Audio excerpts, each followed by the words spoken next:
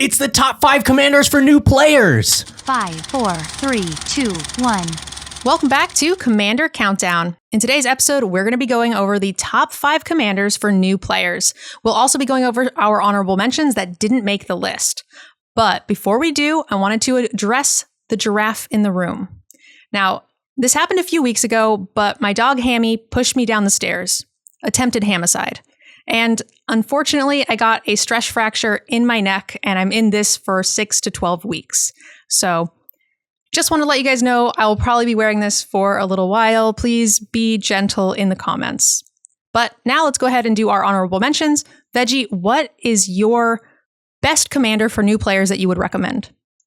From personal experience, my recommendation is Kineos and Tiro of Melodis, a black short of Wooburg to play it for a 2/8. And at the end of your turn, everybody gets to draw a card or put a land into play. And you get to do both. That is a very group hug sort of feel to a commander. And I don't usually think of group hug as a beginner strategy. So do you have a little bit more as to why you think this would be good? Yeah, I actually very much agree that group hug is not usually an ideal beginner strategy, but this one is so clearly group hug that you get this bonus. Most players want to play with you. I loved this deck when I had it built so much because all I had to do was bring it out and show it to the table, and they're like, yes, I play that deck, please, because they all know that it means that they get to do their thing as well, but just more and faster. Everybody can use more cards. Everybody can use more lands. It also means that you're going to be left alive a lot longer. People don't want to kill the group hug player immediately because they're getting some benefit from that.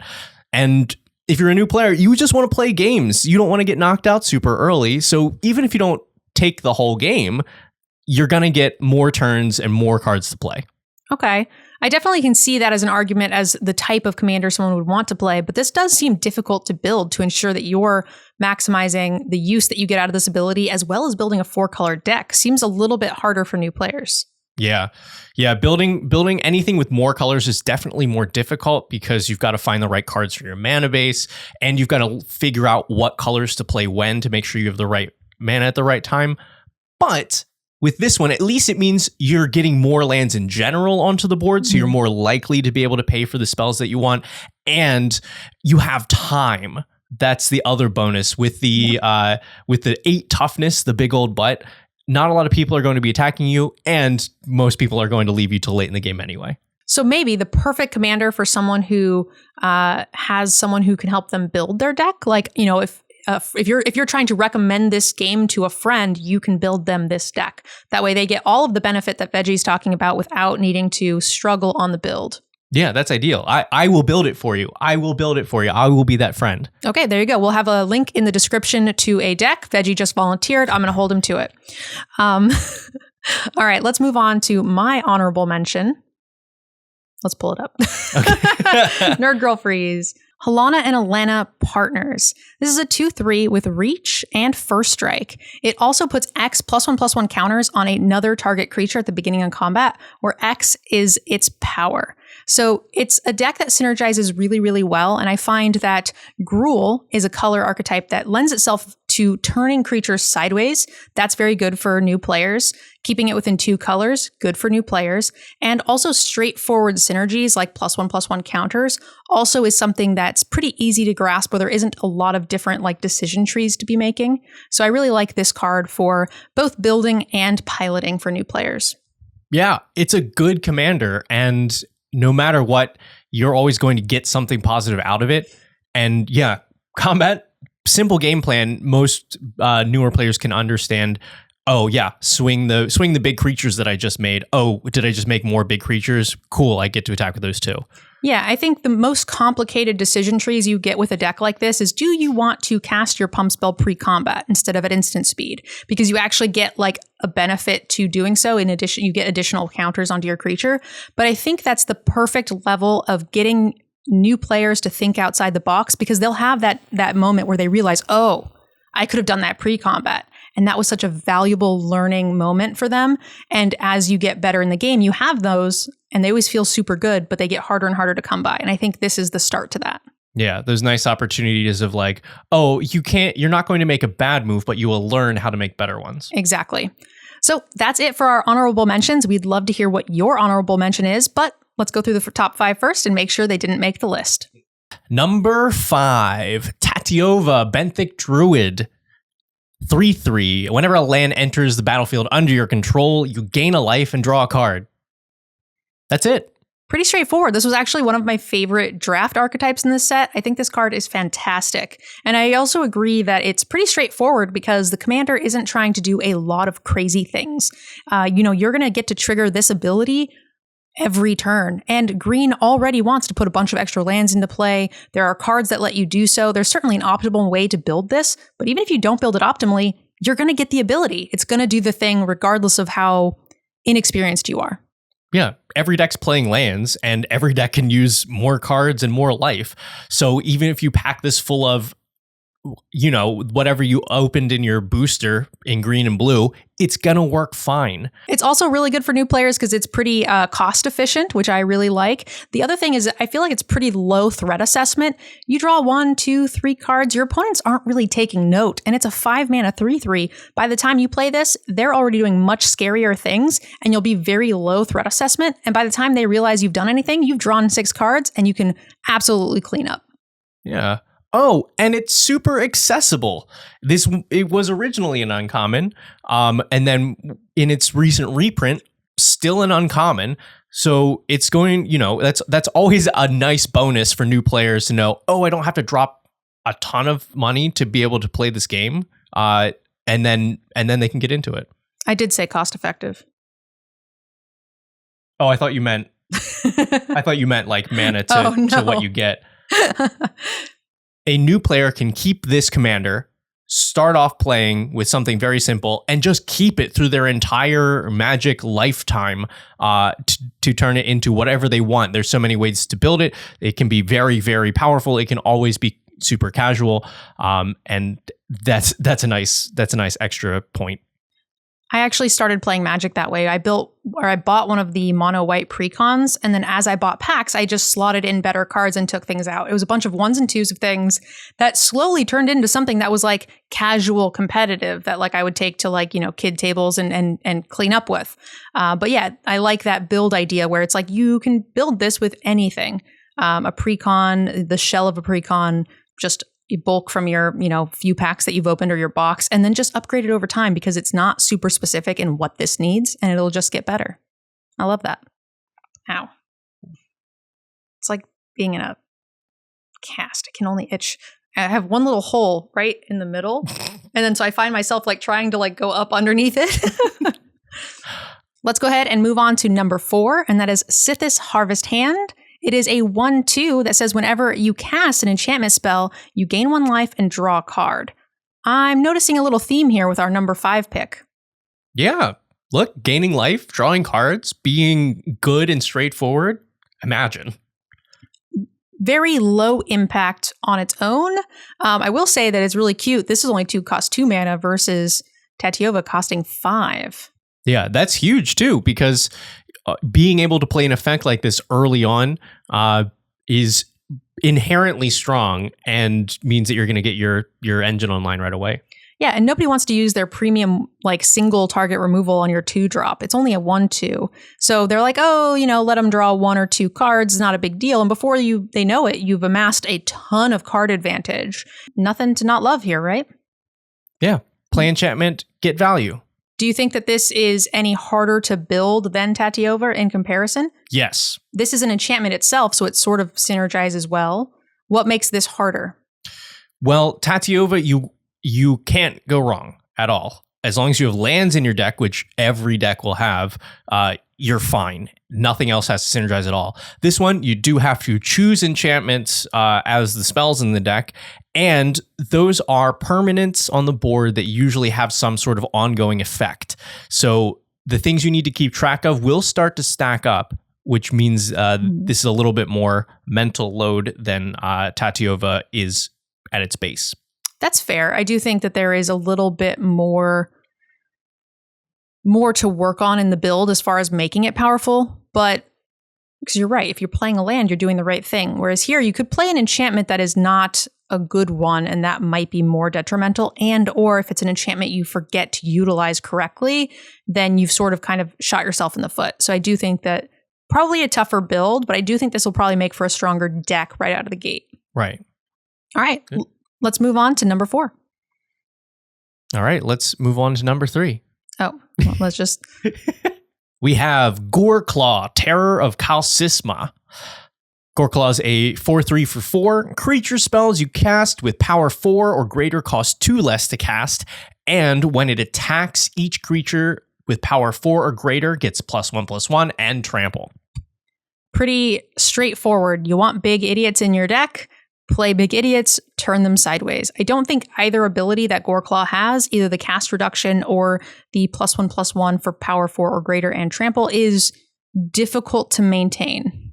Yeah, super easy to digest there on the card, and they all help get you there. It's like, great.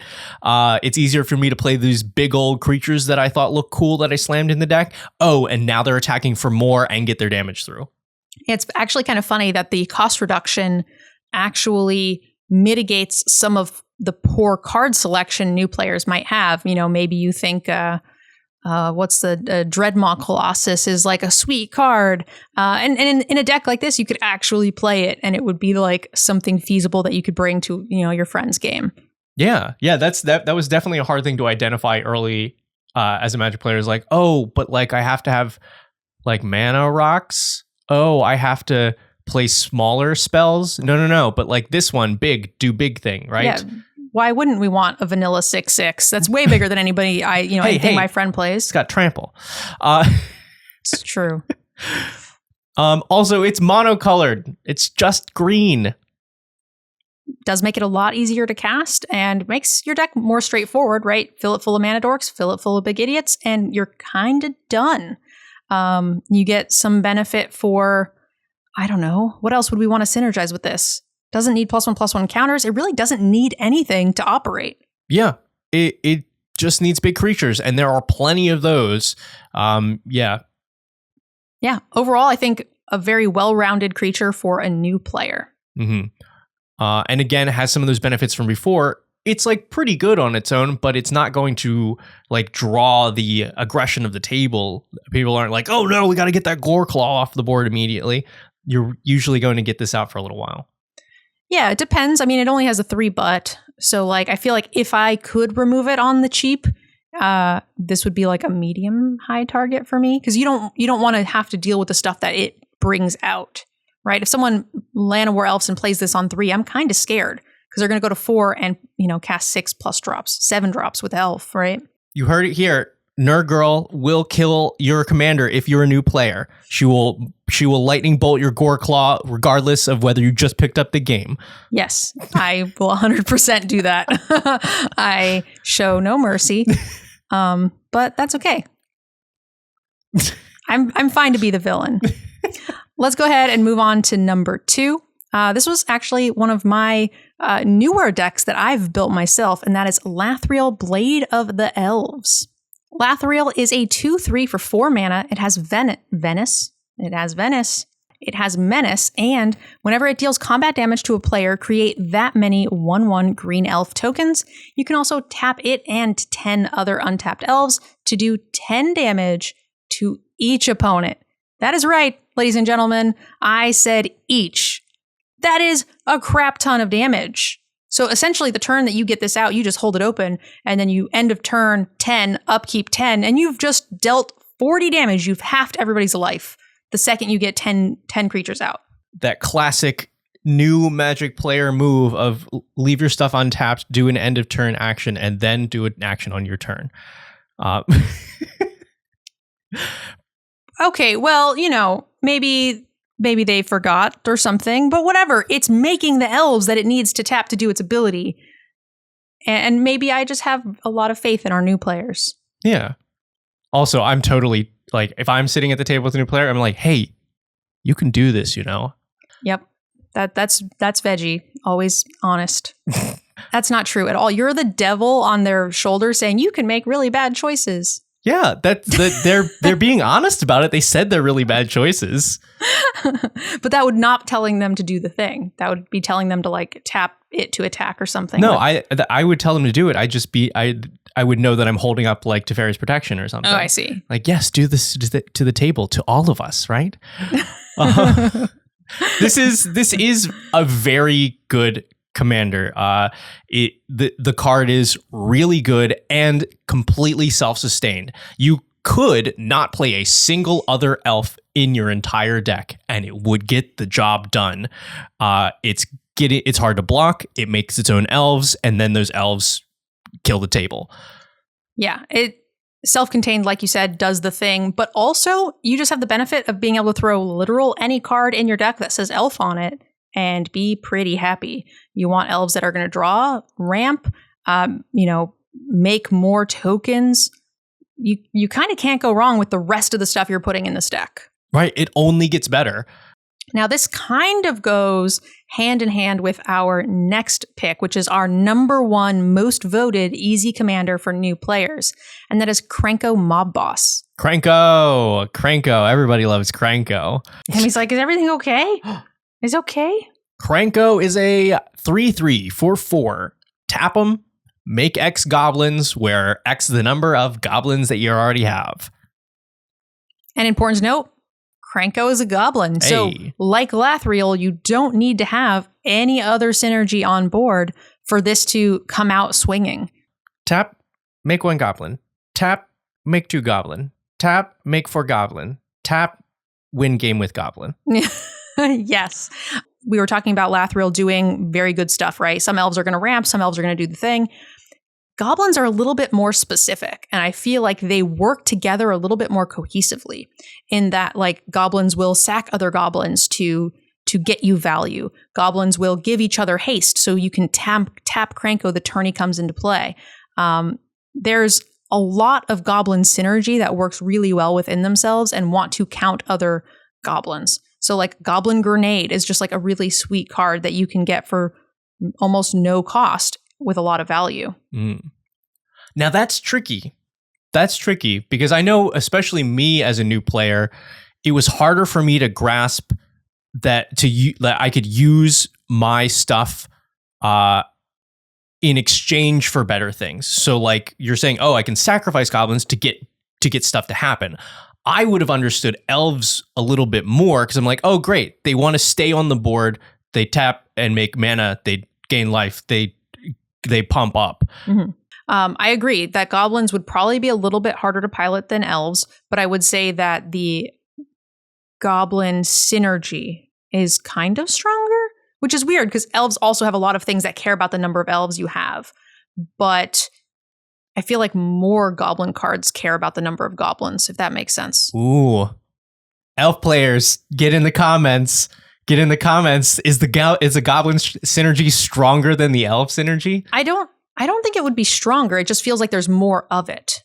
Like Goblin Siege Gang Commander. You know what I mean? Like I can just think of a lot more little things that care about goblins. But maybe I'm just like, I don't know. I played Legacy Goblins, so maybe that's why it's in my head. You know what? Now that I think about it, that makes more sense to me that I think your average goblin has more goblin synergy than your average elf. Yes, and I think that the elf synergy is stronger. So like you can just, either way, you can just throw in a bunch of the creature type and you've got a solid deck. You have an easy to build mana base and it's self-contained. You can build it no problem. And then you probably win. Yeah, well, I played Krenko on our show and he did not win. But he did real good stuff. I just needed my enchantment one more turn and I would have killed the slivers, which is a feat that you cannot take lightly. Yeah, goblin feat. Yeah. Demonetized. Gross. So that ends our top 5 commanders for new players. Now, this is the commander countdown based on your guys' results. So if you would like to be a part of this and put your own choices in for our weekly show, make sure you guys check out the description where you can vote for our next topic, which is favorite partner or best partner for commanders. This would be an individual partner, not the pair. So make sure you guys put your favorite down below and we'll make sure we include them in our next episode. And this brings us to the final segment of our Commander Countdown, and this is sponsored by EDHRec. So the next thing what we're going to do is we are going to help you guys find new commanders that might be beneficial if you're a new player. And the way we're going to do that is we're going to check out EDHRec and sort of go over the different themes of Magic and color pairings and discuss what we think may or may not be easy for a new player to sort of take a look at. And hopefully this will be a good resource for those of you guys who are trying to build new decks. So let's check them out. All right. A good place to start can be themes. You want something that's relatively easy and straightforward. Yeah. And then figure out what commanders might be good for that. So this is actually showing you one sort of like signpost card for a theme, but you can also do a text-based view. It'll tell you, all of the different types of things that you can go towards. Artifacts. Do you think that would be easy for a new player? That can be pretty complicated. You, again, kind of like what we talked about with Sithis, artifacts are all permanents that stay on the board and usually have some sort of ongoing effect. Lots of triggers, lots of things to keep track of. Lots of discounted mana costs. Very tough, I agree. Treasures. Sort of the same thing as artifacts. Lots of things to keep track of. And for sure, treasures, you're looking for all of those like ETB and sacrifice triggers. Yeah, and they tend to be very important when you're using those cards, right? Life gain, I think, tends to be one of the easier ones. You do have a lot of triggers, but they are pretty straightforward triggers.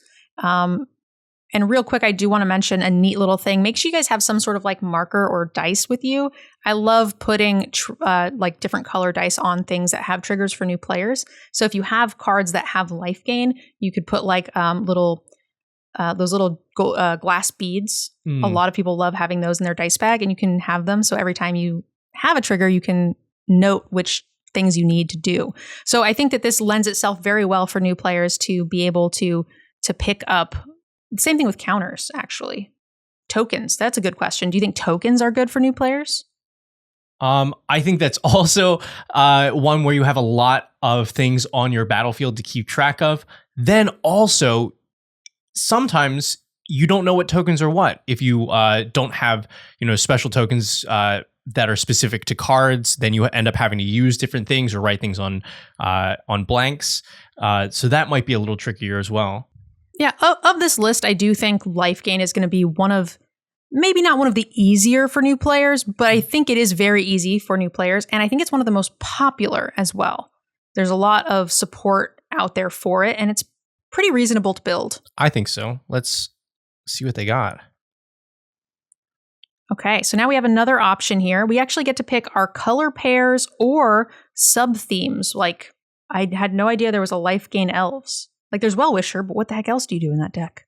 Now I'm curious. But that's pretty neat that you get a bunch of different options. Vampires, angels, clerics, pretty normal for life gain. I'm a big fan of like angels and clerics personally. I think it's actually a better idea to go with the color of the deck. Yeah, the color of the deck will actually also kind of put you into one of these, right? If you pick mono white, it's certainly not going to give you vampires. So similar idea. I definitely like being monocolor for beginner players, but I think if you want to stick within two colors, that's also very reasonable. Yeah.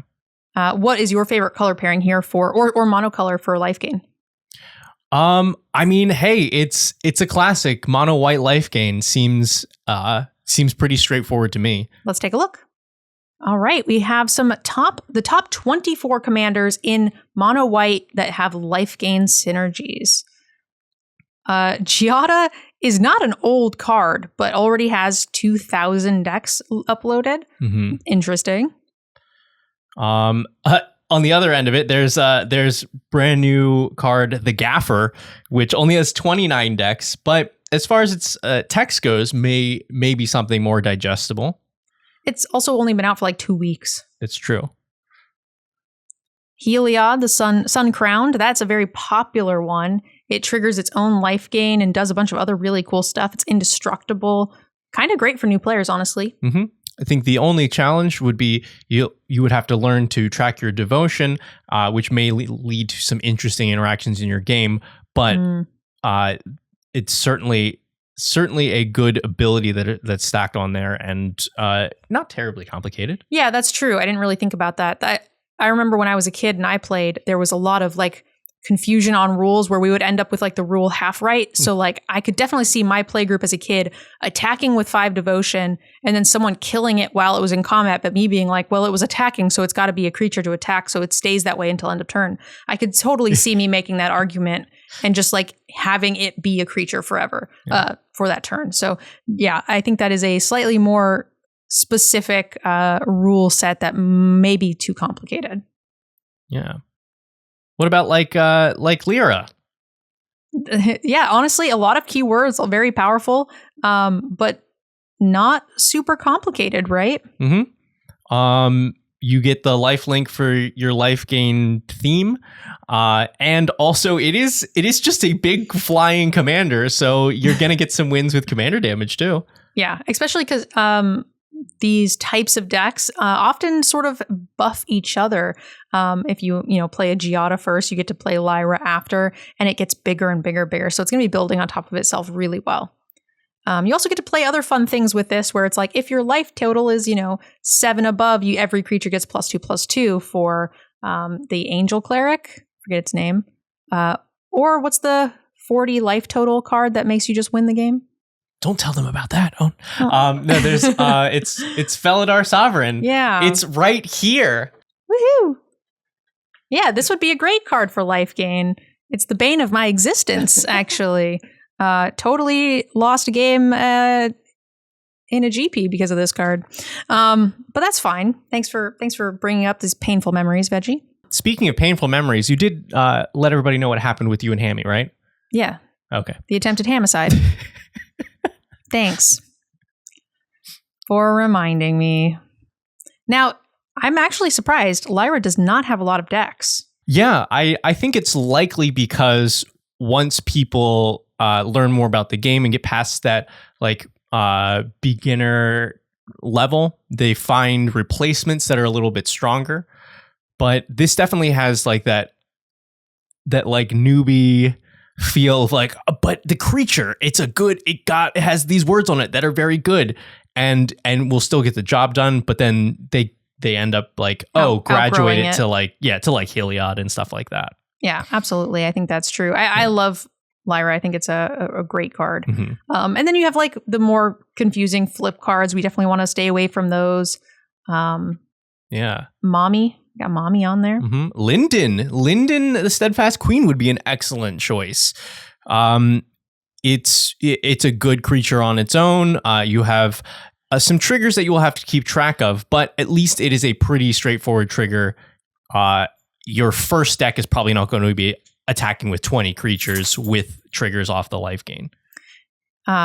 It's sort of like you want to stuff a bunch of like a Johnny Pridemates in the deck with it. Every time you gain life, do a thing. There's also like a unicorn that's the same. Mm-hmm. There's a ton of cards that are going to work with this and trigger on attacks. And I think that is a very cool way to get new players pushing their limits, but still learning the game well, I think. Okay, if we had to pick one of these commanders, Veggie, what would be your top choice? If you were to teach your small cousin tomorrow what to play, what would you hand them? Ooh, I would be very tempted to hand them the Gaffer because it's me, and it's, to me, that looks like a funny card that also is relatively straightforward, but I probably have to set them up for a little bit more success. I think my pick is Lyra Dawnbringer. Okay, so let's take a look real quick before we end the segment and just kind of see what our options are as far as decks go. So this is actually just going to show us all of the decks listed, if I'm not mistaken, and it shows you the budget for them as well as how unique the deck is, how many creatures, instants, and sorceries. So I'm not saying you necessarily want to copy these deck lists or pick one, but it also gives you a good starting place for places to look at, right? Something that's within your budget. And also, let's say you want to build your own, but you want to say, how many creatures should I have? I'm a new player. I don't know. Well, I see the low end, 29, and on the high end, 37. So great. I've got 32. I'm right where I'm supposed to be. I think that's a very solid resource for a beginning player. I agree. He's so easy to get along with. It's because it's late. You're too tired and you got no fight left in you. What? I agree. What is this salt score? I think this is how unpopular the cards are? No. Or no, how popular they are. No. So each card individually on EDHRec has a community-generated score for how much or how little people enjoy playing against the card. So like Smothering Tithe, salty.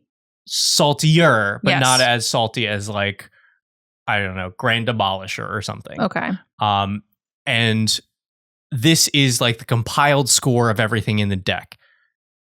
Okay. That makes a lot of sense. Yeah. So it also makes a lot of sense that the $200 version has the lowest salty score and the $800 and $900 ones have the highest salty score, because those cards, people tend to not like them because they're very powerful and tough to deal with. Yes. So, okay. Well, I think that this is a solid resource for all of you guys who are starting out as new players, and or if you guys want to help introduce your friends to the game, please leave us a comment and let us know what types of commanders you would like to share with your friends. Veggie, got any final words for our new players? I agree. All right. Thank you guys so much. And don't forget, if you guys would like to vote on your favorite partner, check out the pinned comment as well as the description. We'll have a link in there for you. And share your comments with us and share this video with a friend who's new to Magic. Thanks, guys. We'll see you next time on Commander I forgot the name of the show. Countdown. We'll see you guys next time on Commander Countdown.